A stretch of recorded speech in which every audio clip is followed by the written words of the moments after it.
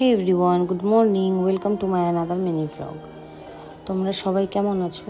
আশা করছি ভালোই আছো। তবে আমি ভালো নেই। ভালো থাকার জন্যই এই ভিডিও করা বা এডিটিং করা এসব করে একটু ব্যস্ত থাকার চেষ্টা করছি। কারণটাও তোমরা অনেকেই জানো, আবার অনেকে জানোও না। তো সেসব নিয়ে আমি পরে না হয় একদিন কথা বলবো। তো ঘুম থেকে উঠে প্রথমেই বিছানা পরিষ্কার করে নেওয়া, তারপরে যেটা আমাদের ডেলিকার রুটিন, ব্রাশ করতেই হবে। তো আর একটা কথা বলতে চাই তোমাদের, আমি কিন্তু প্রফেশনালি মেকআপ আর্টিস্টও। তো তোমরা যদি কেউ মেকআপ রিলেটেড কোনো ভিডিও দেখতে চাও বা কিছু জানতে চাও, তো আমাকে সেটা কমেন্ট করে জানাতে পারো। আমি চেষ্টা করব আমি তো যতটুকু জানি আমি ততটুকুই তোমাদের মধ্যেও শেয়ার করতে। তারপরে চলে গেলাম চা খেতে।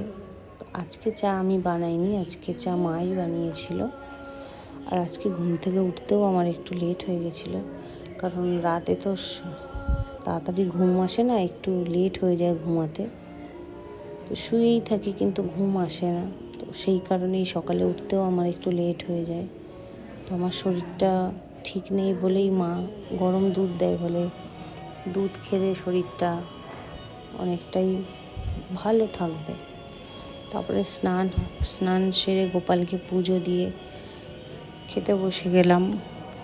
তো আজকে আমার মেনুতে ছিল শাক, ডিমের ঝোল, মাছ।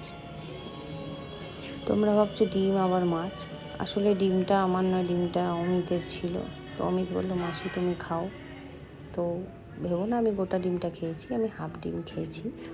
তো আমরা বাঙালি, আমরা তো মাছ খাবোই, মেনুতে তো মাছ থাকতেই হবে। তো খাওয়া দাওয়া সেরে চলে গেলাম রেস্ট নিতে। ভেতো বাঙালি হলে যা হয়, খাওয়া দাওয়ার পরে একটু রেস্ট, মানে ভাত ঘুম যেটাকে বলে, সেটা তো নিতেই হবে। আর তারই মাঝে দাঁড়িয়ে দাঁড়িয়ে বাবার কথা ভাবছিলাম। সারাদিনে প্রায় বেশিরভাগ টাইমটাই বাবাকে মিস করি, কারণ বাবা আমার সঙ্গে অনেক স্মৃতি রেখে গেছে।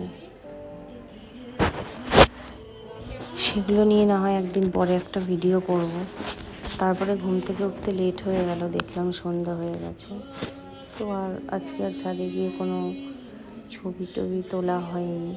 তো একটু হাঁটাহাঁটি করে নিচে চলে এলাম, তারপরে চা খেলাম। চা খেতে খেতে হঠাৎ দেখছি বৃষ্টি এসে গেল। তো সেই ভিডিও ক্লিপটাই তোমাদের সাথে শেয়ার করলাম। তো আজকের ভিডিও এই পর্যন্তই, দেখা হচ্ছে পরের ভিডিওতে। টাটা।